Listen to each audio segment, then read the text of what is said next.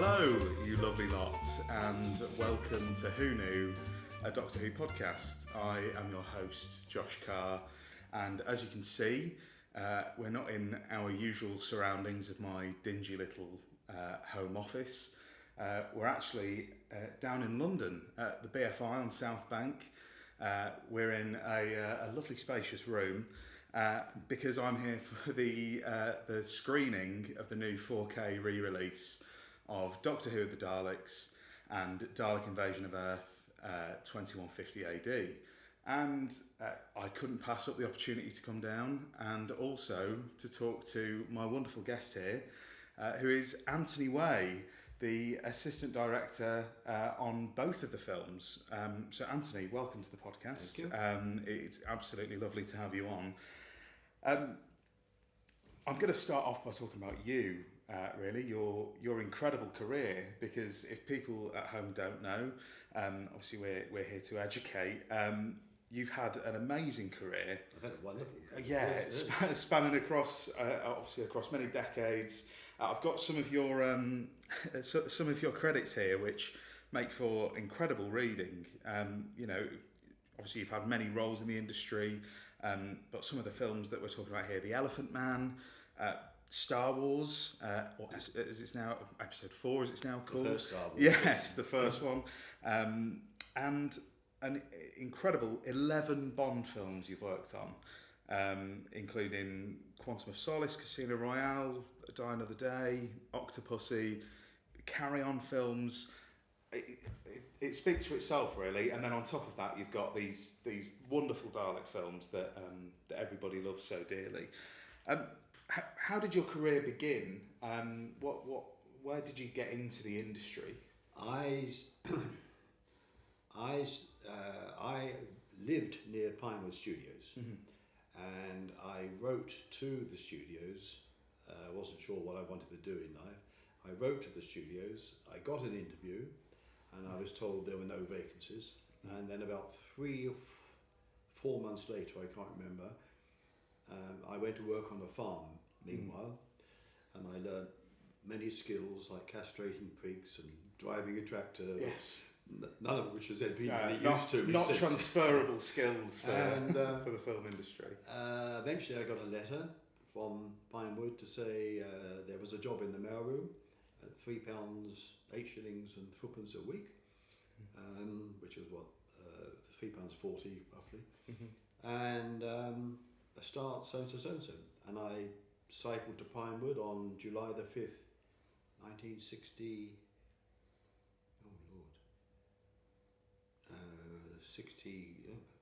59 or something like that. 50 something, I can't remember now. Before I went in national service, and I started work in the mailroom. And then I worked in the mailroom for about a year.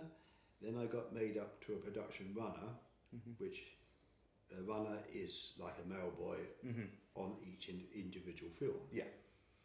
And then I got made up to third assistant director.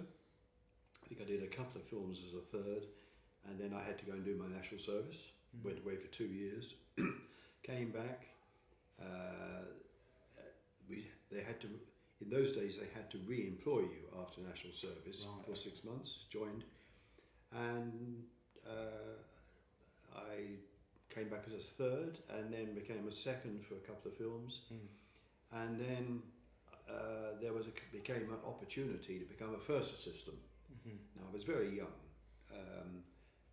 even so those days, to take on such a role, but they offered it to me. I was about to get married. I spent the weekend discussing with my wife-to-be, and we decided I'd take the job, and I became a first assistant, and then had 20 odd years as a first. I had a fabulous career, doing all those wonderful films, including the 2 early Bonds I did. Yeah. And then, of course, I went into production office and became production manager, then line producer, and then executive producer eventually. Yeah. So really from top to bottom in the industry, really. From the very bottom. Yeah. When you first joined Pinewood in those days, rank organisation, you had to wear a jacket and tie, you were not allowed to sit down, and you had to call everyone sir or madam. Wow. girls in the rodeo room. Yeah. Yes. So then, obviously, if you joined, obviously, as we said, sometime in the 50s. So obviously, these Dalek films came out around about the mid 60s. So that's quite early on in your career. Yeah, very early on. Yeah. I went freelance. I was made redundant from Pinewood. Pinewood became what they call full wall, so they had no permanent staff. Right. So we were all made redundant. Yeah. And became freelance, and that was in 1964. And I did the first Daleks in 65, and the second one in 66. Yeah. So obviously, like I said, that's the main thing that we're here to talk about. When these Daleks films were being mooted, and obviously you got on board it with the crew, what were at the time the expectations like? Because obviously the couple of years beforehand had been, the start of Doctor Who, and then it really taking off, and Dalek Mania sweeping the nation, and that it was one of the biggest shows on TV.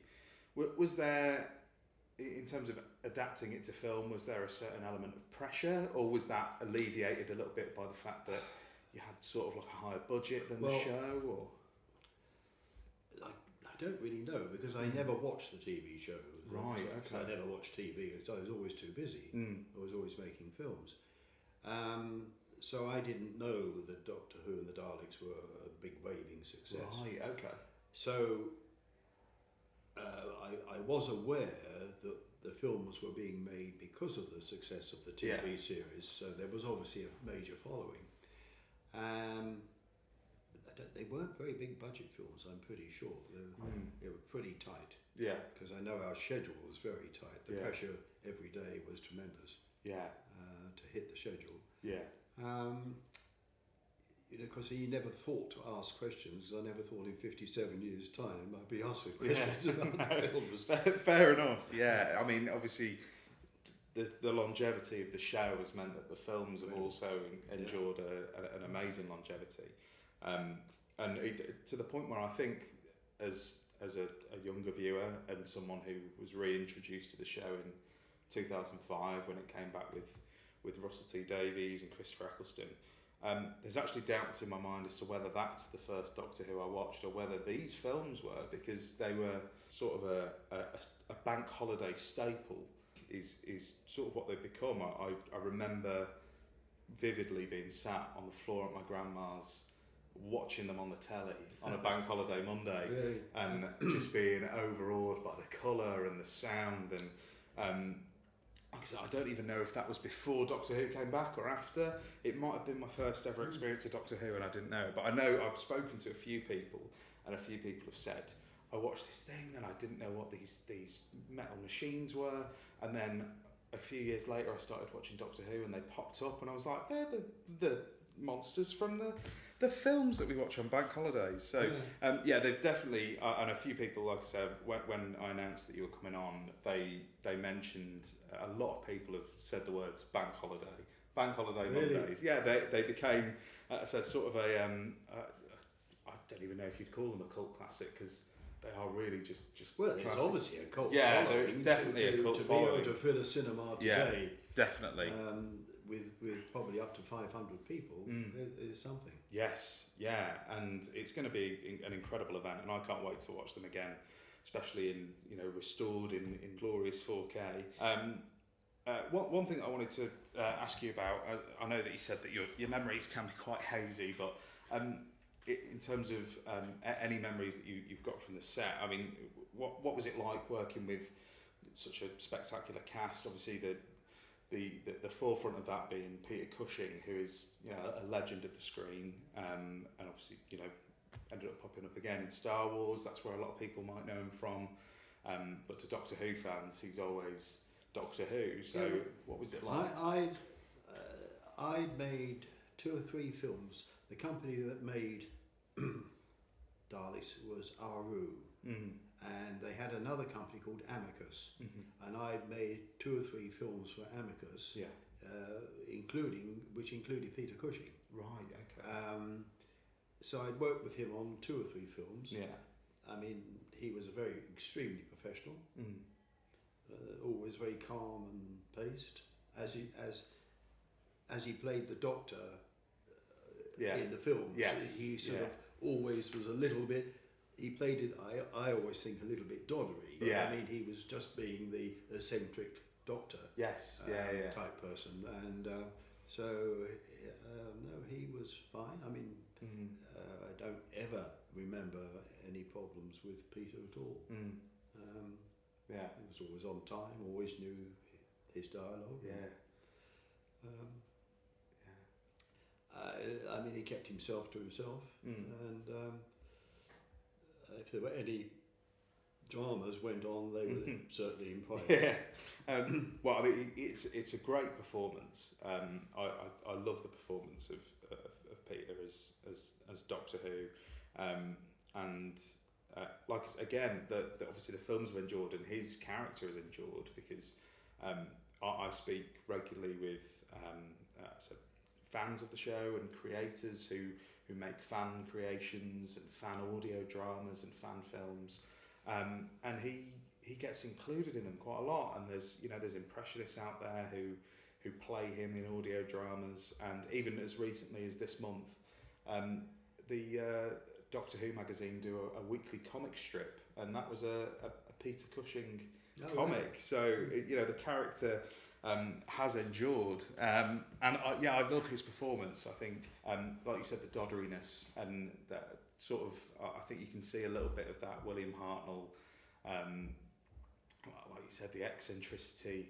but yeah, he's so full of joy and wonder, and a wonderful moustache as well. It's a brilliant moustache, and you've seen, obviously we reeled off some of your wonderful credits before. I don't know if you've seen them in the cinemas, but I know obviously films that you've worked on before have been re-released and restored.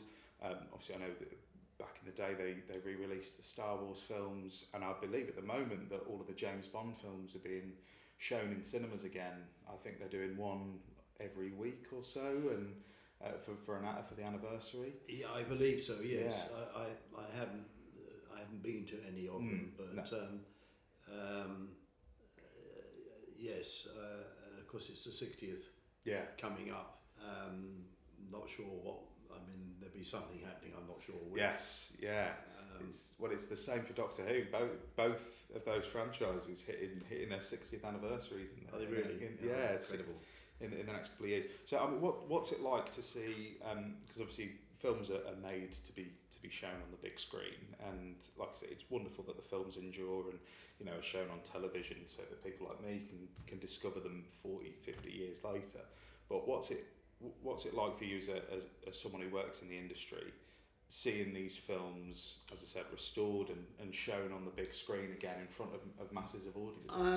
Well, I think it's wonderful. Quite honestly, I don't go to many of them because I mean I have an extremely busy life and I don't have much time.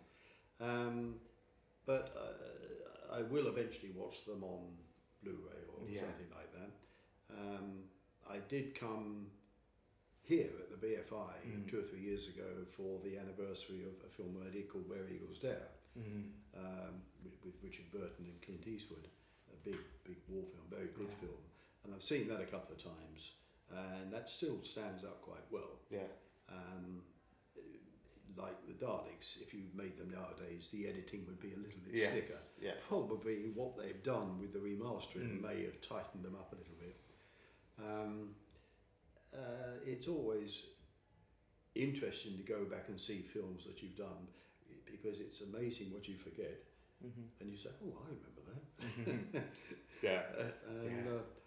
I did watch both these Dalek films a couple of weeks ago. I got them on DVD, and I sat there and I thought, "God, I don't remember that." A little bit of a struggle to remember. Yeah. Did you enjoy them when you rewatched them? Did you? Yeah, I mean, I've never been a Daleks fan, obviously, because it was just a job. But yes, it was quite interesting remembering or watching things that you've done. But it's the same with every film, really. Yeah. I can't. There's always parts that you can't can't remember. Yeah. And there's always days or incidents that stand out. It was fairly calm. I don't think we had any dramas on the Daleks films. I was doing some research. I know that there was. I think a lot of them were avoided. I think the main one, I believe that at one point, I don't know how true this is, but apparently they wanted flamethrowers on the Daleks, but it was then changed to fire extinguishers to make it a little bit safer. But I don't know if that's possibly. I think yes, because flamethrowers would have been a little bit tricky. Yes, especially with children on set. It's probably don't work with children, animals, or flamethrowers. But before we go, because as I said we're running out of time because we're flying towards the screening of these wonderful films. So we're going to have to shoot off. We do have a segment on here related to everybody's favourite horrendous social media platform, which is bloody Twitter. For God's sake! Bloody Twitter! So we're going to get some questions from listeners. Actually, I've had a couple of listeners message in with some questions. Cal at generic_tweeting has asked, having worked on two juggernauts of pop culture like Star Wars and Doctor Who, would you say that there was quite a similarity between working on both, or was it a completely different experience? A very different experience, right. Because obviously in 76 when we made Star Wars, CGI and digital had progressed. Not very far, but it was coming in, whereas we didn't have any of that on making the Daleks films. And I think audience were much more geared up for internet and computers, whereas they didn't exist back in the Dalek days. The very strong similarity, because the Daleks, we always had to have a smooth running surface, so the sets had to be designed, and you had to plan the shots where you could move the Daleks into position. They couldn't go up steps, obviously. And we had the same situation with R2-D2 on Star Wars. Right. So, for instance, when we were in the desert, and then we wanted the R2-D2 to go along, we had to lay boards in the sand and then cover them with a thin layer of sand in order to get him, because he couldn't run on the sand, obviously. Same issue we had with the Daleks. It's quite interesting. Yeah, I can imagine that getting a job to work on this. Other than that,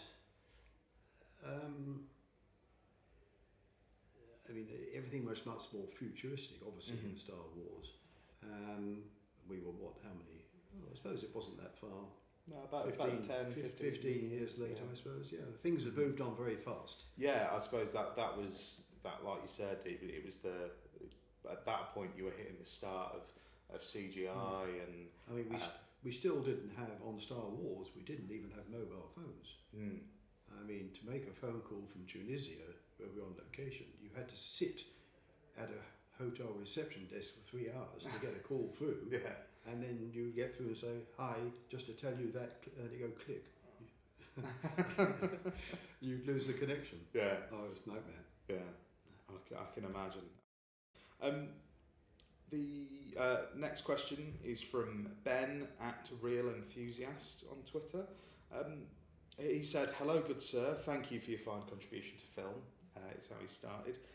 He said, my question is, what part of your job do you consider to be the most rewarding? You can go forever. The first assistant director runs the set, and you control the whole unit, all the different departments. You do the call sheet, you do the schedule for the film, you're totally in control. And it's a tremendous achievement to go on set in the morning, bring the actors in on time, organise the crew and make it work. That is a tremendous achievement. You can have good days, you can have bad days. Very often more bad days than good days. When you move in the office and you organise ahead, So you've got to organise locations, get them contracted, all that sort of thing. That's always an achievement to do that. I always quote Casino Royale, where we had to find the construction site out in the Bahamas. It took me 5 trips to the Bahamas to get permission to use that. And I actually had to meet the Deputy Prime Minister. Wow. Who wasn't that useful. But so to achieve that, it's tremendous, because it was the one location we couldn't find. We looked in about 5 different countries, and we found that one by chance. Wow. One night. But it was on a military base. Yeah. I can imagine it's very difficult. So, I mean, even you go back to Star Wars in Tunisia in 1976. I mean, life was fairly tough. Yeah. And I mean, to tell you a silly story. In the first hotel we stayed in, I think we stayed in 3 different hotels. The safest food to eat for breakfast was boiled eggs, because you had to be very careful. Yes, I can imagine. And the boiled eggs would come up. They could be absolute raw or rock hard. So after a couple of days, I got fed up with this. So I went in the kitchen to find out what was going on, because you had 60 people ordering boiled eggs and 2 boiled eggs. So I discovered what had happened. The order would come into the kitchen, 2 boiled eggs. They chucked 2 boiled eggs in the cauldron of hot water, and then at the same time the waiter would take out 2 boiled eggs for table 4. Take out 2 boiled eggs. Now, it could be the same 2 eggs that just got in, or one that had been in there for 3 hours. So we never solved that problem. No, I can imagine. And where were the Dalek films shot? Were they shot in London or? The Daleks were in Shepperton. Oh, Shepperton right. Studios. So slightly better catering, I imagine. With the Dalek. They were all studio based. Good. But yeah, I mean that brings us to the end of the podcast. As I said, it's been a brief one, but as I said, we have to shoot off because we've got a wonderful double bill to catch of these 2 restored Dalek films. And as I said, everyone in the audience, I assume we'll be hearing more from you later, along with Roberta Tovey and Jill Curzon. So it's been an absolute pleasure meeting you, an absolute pleasure chatting to you. And as I said, it'd be remiss of me not to mention a little plug for the films. The 4K restored versions, I believe, are coming out on Blu-ray, special edition steelbooks and special edition box sets. They look absolutely wonderful, and all of the artwork on them is gorgeous. They're coming out next month, so if you haven't seen them, please treat yourself and then sit down, maybe on a bank holiday Monday, and get a load of snacks and watch them, because they are just great fun cinema viewing, glorious Technicolor. They're a lovely lot of fun, and as this has been, it's been great to speak to you. So thank you. Thanks for coming on. A pleasure. Cheers. I hope you all enjoy. Yes, thank you.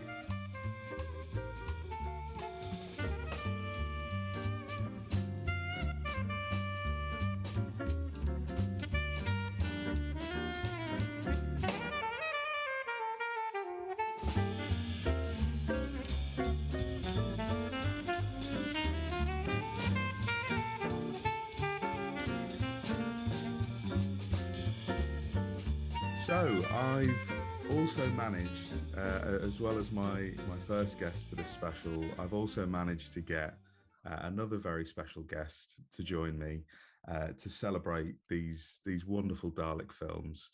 And that guest is here with me now, and that is Bryan Hands, Dalek Operator. So Bryan, how are you? I'm okay, thank you. Yeah, fine. Good. It's absolutely lovely to speak to you. I mean, so yeah, as I said, it for the people who don't know, it's obviously at the moment there is a lot of talk about the Dalek films from the 60s, with them both being re-released in glorious 4K. Yeah. and I was lucky enough to go down to the BFI and Oh, watch you were them both. there. I Yeah. was, yeah, I Yeah. was there, yeah, a couple of weeks ago, Yeah. and it was a wonderful event. Um, and as we said, you were one of the Daleks in those films. Well, Oh, as far as I'm aware, you were just in the first one. Is that correct? yeah. That's right. Yeah. Yeah.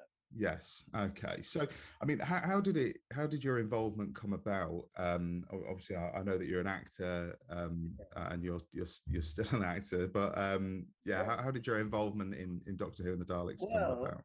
will you believe? This is what happened. I got it through Spotlight, which is rather curious, really.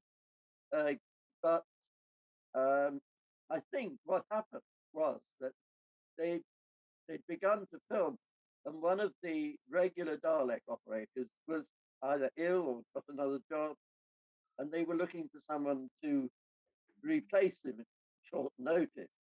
And I was a young actor out of work, and one evening I got this call saying, "Would you like to be a Dalek in the film?" So I said, "Sure," and I think the next day I had to go to Shepperton and get into my Dalek. I, I, Wow. I think well, yeah, it must have been because, I mean, obviously in Spotlight, they give your measurements, and they needed to be in a Dalek, you had to be under a certain height, under, I think, Right. 5'7" or 5'8", and I was 5'7" and relatively slim. So Mm. you had to be able to fit in, and that I fitted in, and that's how it happened. It was a very unexpected, but welcome, really, because the pay wasn't bad, and I needed the money. So, and it was great fun. Yeah, I mean, it's not often you get a call out of the blue to be a Dalek the next day. That's no, definitely not. Yeah. So how long was the shoot for you? Was it a couple of I was weeks? there, I think, 10 days. 10 days, right? Yeah. Okay. And what are your because obviously, as I said, it's quite a quick turnaround for a film. And when we were at the BFI, obviously there was interviews with the other actors. I know that Roberta Tovey said that Yeah. both films were done so quickly, and they were done almost back to back. What are your prevailing memories from that time? I imagine a lot of it is being rather uncomfortable inside of a tin Dalek. Yeah, it weren't too bad. It was a bit uncomfortable. It's a bit claustrophobic. It wouldn't be recommended for anyone who didn't like enclosed spaces. So Yeah. they put you in and closed the lid, and it was like being, well, in a dustbin. Yeah. And it was, but because it was fairly crude, and you operated them with your feet. You had to sit on this little seat and push it along with your feet, and then operate the fire extinguisher and head and whatever with your hands, obviously, and turn your lights on when needed, because there was no remote controls in those Yeah. days. So your flashing light on your head when it was required, you had to turn that on cue, and of Mm. course the weapon, which was in fact a fire extinguisher, you operated that and pointed it in the right direction, pulled the trigger at the right time. So it was quite tricky in a way, but they gave you fairly good instructions, and you had to sort of learn or be familiar with the script and know when to come in. So yeah, Mm. it was Yeah. interesting. Yes. Yeah. And I the can position imagine. in fact, curiously enough, I was one of the people on stage at the BFI was Anthony Waye, wasn't he? He was Yes. was here. an AD at that time? Yes, he's actually. I mean, this is a big special. I actually managed to chat to him for the podcast, so yeah, he's just 'cause before you. Yeah, sorry. He's just before you in this episode, Yeah. so they'll have Well, just heard from Anthony. Sorry not to talk to him, to meet him, because I think he must have been one of the people who put us in the Daleks and closed our heads and positioned us. So he might have remembered me, I don't know. But anyway, there were 8 of us all together, so it was quite a big Dalek crew. Yeah. I remember we used to play cards, poker, or whatever, whist in the time off when we were sitting around waiting for our shots. Yeah. And I've got quite a strange question. I don't know why this popped into my head. When you're filming on set with these Daleks, obviously, as you said, there's around 8 of you. Yeah. Are you in the same Dalek every day, or is No, it? no, Do you jump around to different Daleks? Yeah, I think over the course of the 10 days, I was certainly in the blue Dalek quite a lot, and the occasion I think I did get in a red one, and I think on one occasion I was in the black Dalek. Right. Okay. Because I do actually have a little miniature version of one of them. Yeah. So it might actually work for. This might actually work for demonstration purposes. Yeah. So we've got one of these beautiful Daleks here.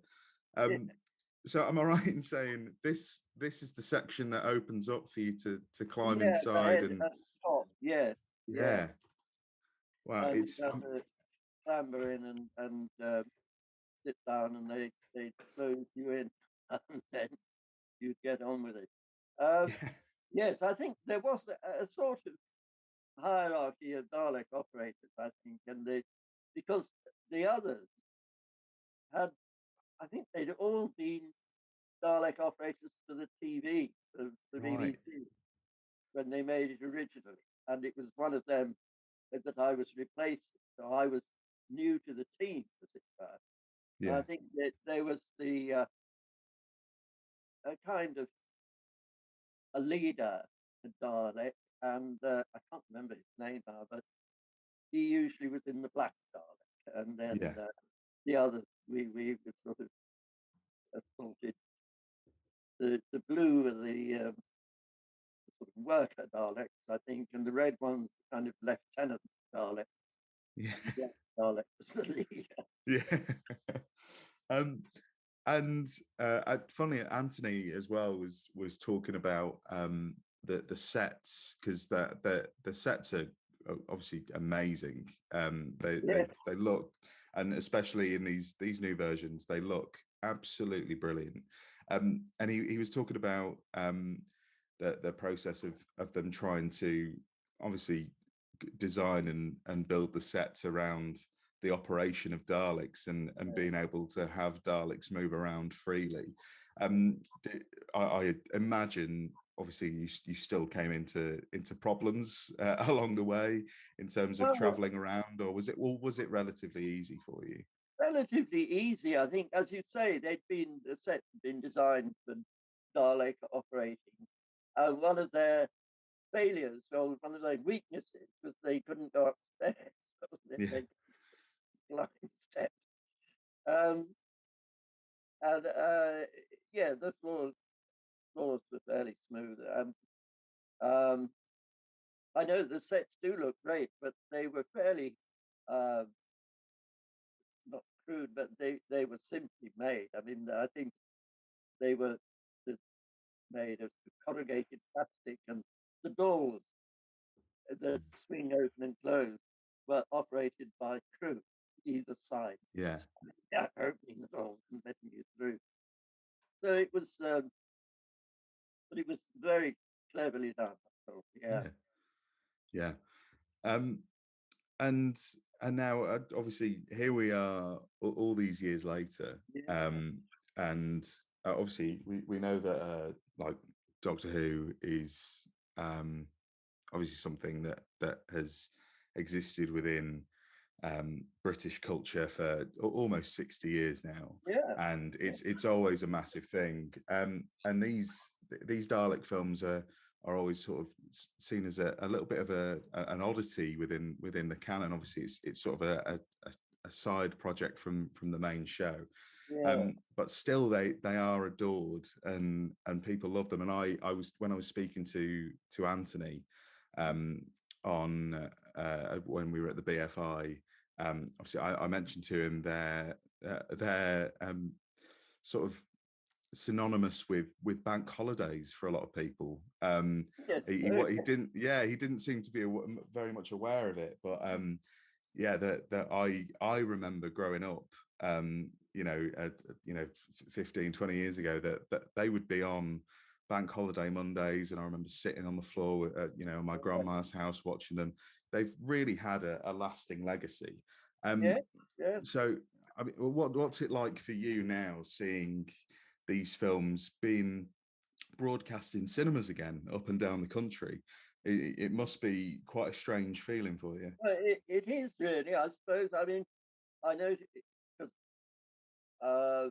on the one I was in, my name is on the credits at the end. Yeah. The Dalek operators are listed, although it's been spelled wrong. It's Brian with an I. I did notice that. When Yeah. I was in the cinema, because I said it had been mentioned to me before, obviously, that I was going to have the possibility of speaking to you. And when I was watching the film, I was like, I'm sure it was Brian with a Y. Yeah. I was certain. certain. Well, So there you are. I've lived with that for the last 60 years. yeah. It's okay. Yeah, I mean, it's me. I could say it's my Dalek operator name. But Yes. yeah, it is quite odd. And I mean, on the other day when we were watching, I was sitting and thinking, which one was I in that shot? And I really can't remember particularly. The only one I do remember is the final shot when they explode the control panel, which Yeah. was a fairly eventful occasion. And I was for a while in the Black Dalek in that shot. I'm sure I was.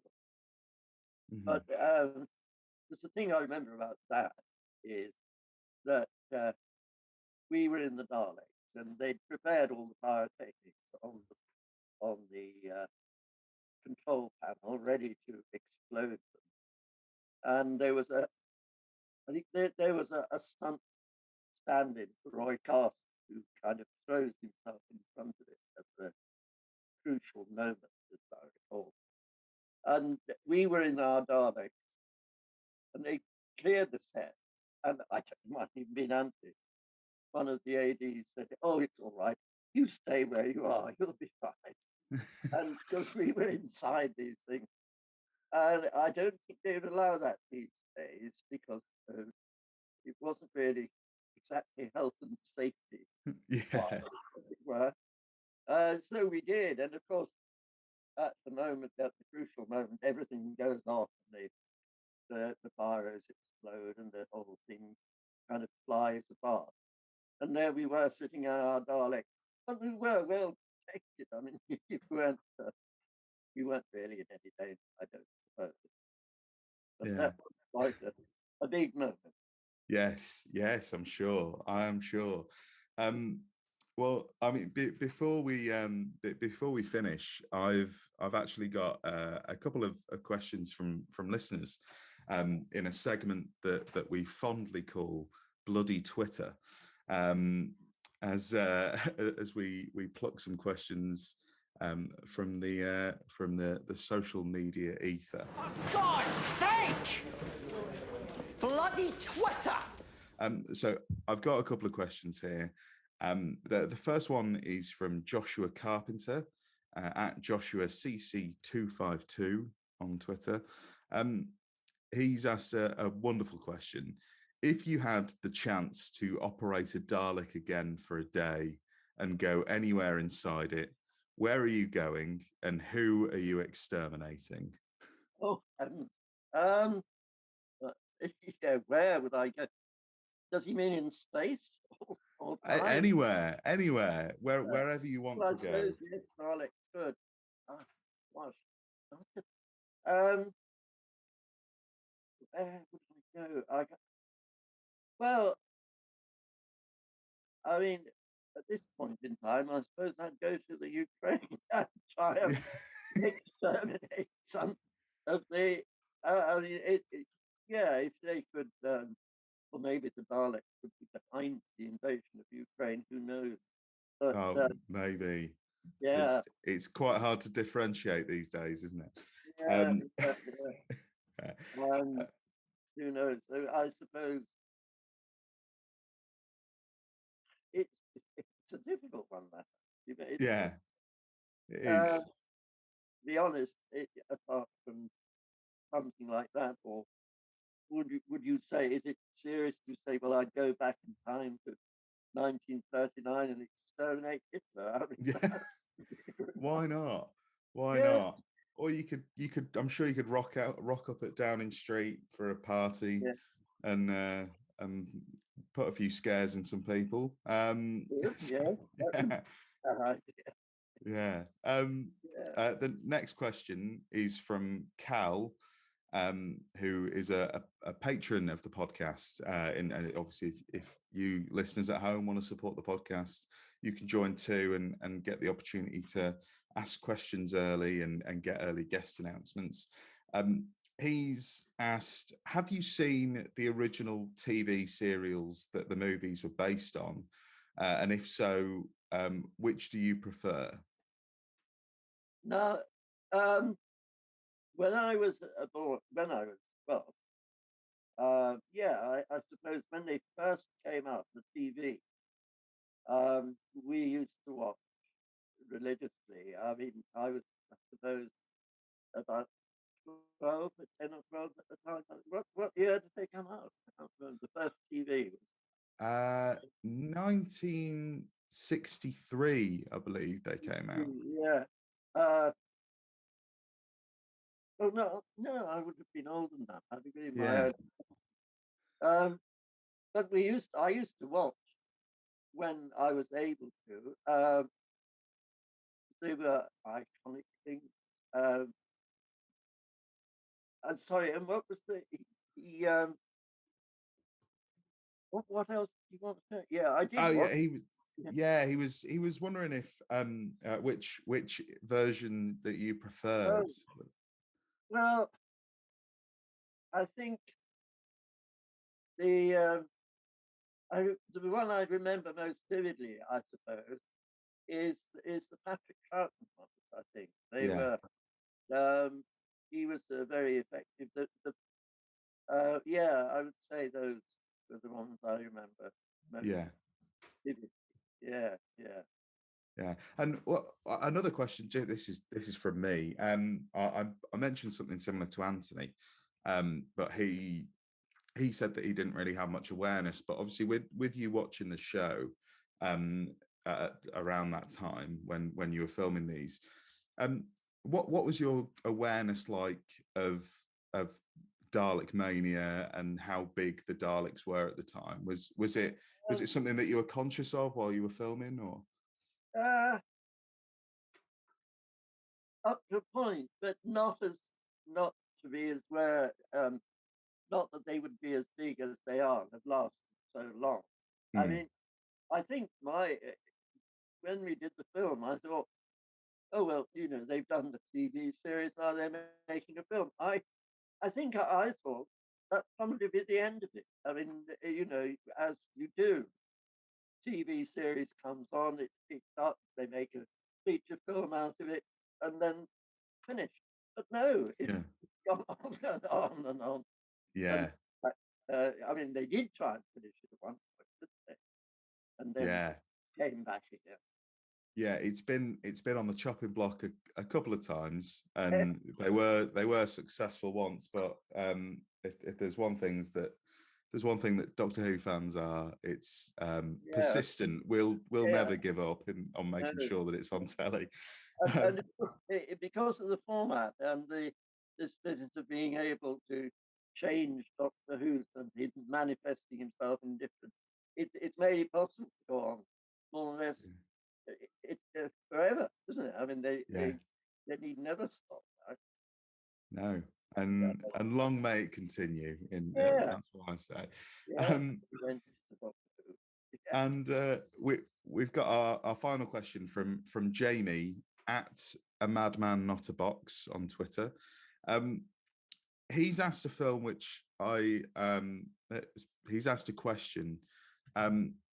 So basically, he said that Roberta Tovey, who of course played Susan in the films, once said on a DVD commentary that she never saw a Dalek operator outside of their casing. And Barry Ingram had also said the same on Dalek Mania. To your recollection, working on the films, was it a case where you'd rehearse without the other actors on set and then be put in the Daleks before everyone else came in to do the scene for real? Or as I remember, yes, pretty well. I mean, we would always we'd be called first, put in the Dalek, and then the actors would be called and we'd shoot the scene. So yes, I remember Roy Castle, he was great. I mean, he used to fool around with the Daleks and in his when we were shooting or before the shot. And I think we met him face to face. But she's right. I don't think I ever actually got to talk to either Pete Griffin or Roberta Tovey or any of the other actors out of the Dalek costume, as it were. yeah. That's quite strange, isn't it, to be on set with them for that long and not really chat. But I suppose it may have helped with them as actors with the fear factor if they know that. Yeah, I guess possibly yes.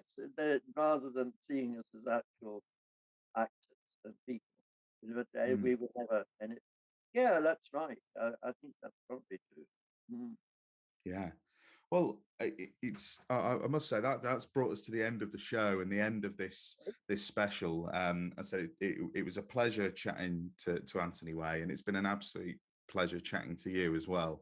And obviously the reason why we're having this chat and the reason why I got the opportunity to go to the BFI is because these films are being re-released. I said they're in glorious 4K.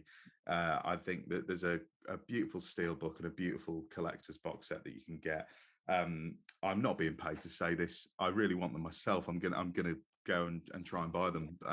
But I urge anyone if they haven't seen them, if they haven't seen these films, please go hunt them down. Go try and get hold of the 4K version because they've made it look absolutely beautiful.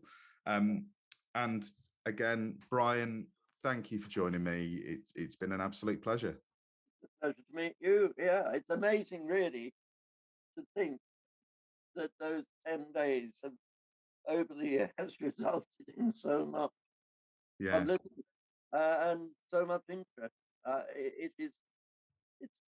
It's great. Anyway, it's absolutely astounding, and like for us to be talking here nearly 60 years later about those 10 days is absolutely wonderful. And not only talking to you, but I've been to quite a few conventions, Dalek, the Doctor Who conventions, the societies around the country, well, in London and at various times, which has always been great fun. Notwithstanding the fact that it does puzzle me sometimes. They get me to sign photographs of the Daleks, and well, why not? I mean, I doubt that they recognise me from the Dalek, but anyway. Well, at least they don't make you sign it as Brian with an I. No, indeed. No. But yes, it's been wonderful celebrating these lovely little shouty pots, and it's been wonderful celebrating these mental, funny, hilarious films that I urge everyone to go and check out. But yeah, thank you, Bryan. Thank you for joining, and thank you to everybody at home for listening. Massive thank you to all of our patrons, and especially Cal King. If you want to become a patron, you can join for as low as £1 a month and get loads of benefits and support the pod. Check out the link in the description.